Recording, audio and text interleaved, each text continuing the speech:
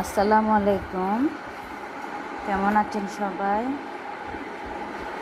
এই যে আমার নতুন কাজ, এই যে হাফ সিল্ক শাড়িতে হ্যান্ড পেইন্ট মাল্টি কালার ফুলের হোয়াইট পেস্ট পদ্ধতিতে, এই যে একরামি কালার দিয়ে কালো কালো শাড়িতে হ্যান্ড পেইন্ট করতেছি। এই যে